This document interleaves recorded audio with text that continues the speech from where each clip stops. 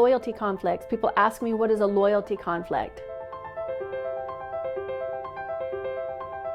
Loyalty conflict is a term that we use in the field where a child feels a loyalty conflict. In other words, children love both of their parents generally. And if they're in conflict, if the parents are in conflict, the child experiences a loyalty conflict. In other words, the child is conflicted. Do I love dad? Do I love mom?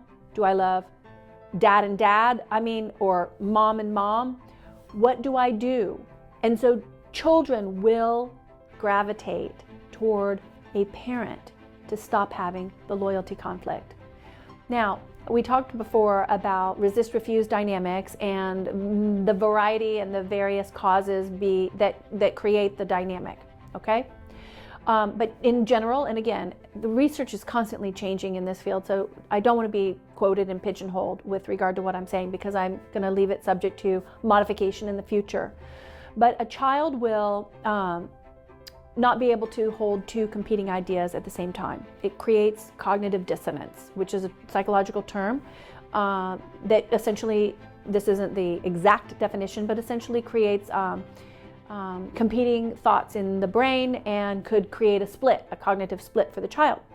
In order to manage the ambivalence, apprehension, and the tension or the anxiety created by the competing ideals regarding parents and the loyalty conflict, a child sometimes simply picks a parent and goes and lives with that particular parent in order to stop feeling that sense of anxiety, because they have parents that are in conflict and they can feel it, or they can see it, or they can hear it, or they can tell.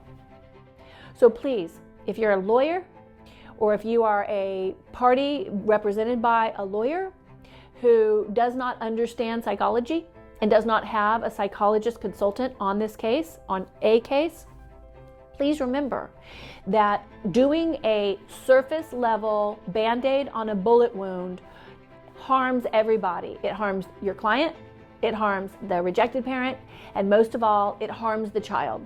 These cases are clinical. They require an in-depth analysis and an effective remedy, effective solution, which requires a team approach.